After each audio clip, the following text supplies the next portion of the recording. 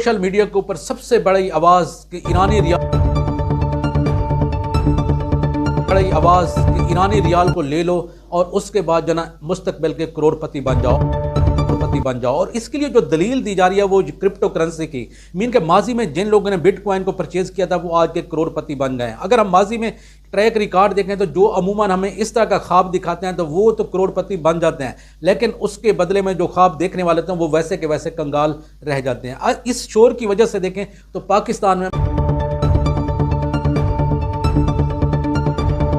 भी ईरानी रियाल की कदर बढ़ चुकी है और लोग धड़ाधड़ उसको परचेज कर रहे हैं। अगर हम ग्लोबल इन्वेस्टमेंट प्लान के ऊपर नज़र डालें तो हम आसानी से समझ सकते हैं कि हमें ईरानी रियाल को परचेज करना चाहिए या नहीं करना चाहिए। फिर देखें अब ग्लोबल इन्वेस्टमेंट प्लान वो क्या कहता है जी,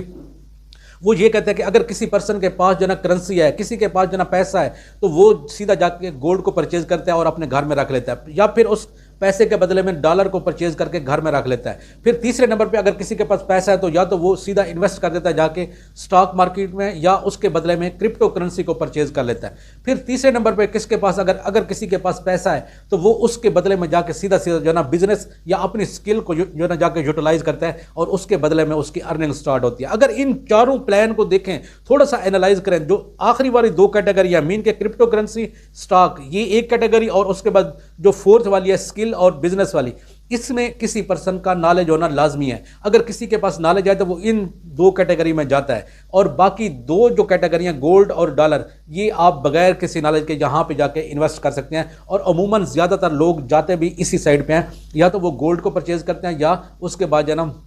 डॉलर को परचेज कर लेते हैं ताकि उनको ज़्यादा कोई रिसर्च ना करनी पड़े। तो इस वजह से इन दो कैटेगरी में अब देखें, इसमें देखें गोल्ड का जो ना ये ग्लोबल देखें, ग्लोबल जो फिनोमिना है वो गोल्ड और उसके बाद डॉलर ये अपोजिट साइड पे चलते हैं। मीन के जब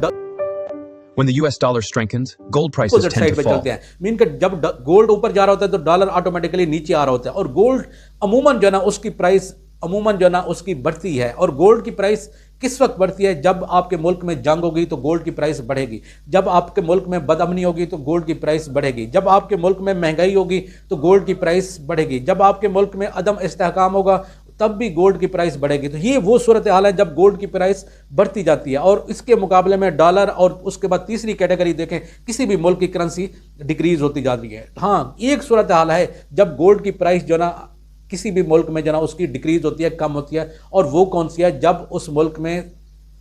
मुल्क की एक्सपोर्ट जो ना बढ़ जाती है, उस मुल्क में फेयर की जो कंडीशन है वो ख़त्म हो जाती है, तब जो ना गोल्ड की प्राइस जो ना कम होना शुरू हो जाती है। तो ये एक ग्लोबल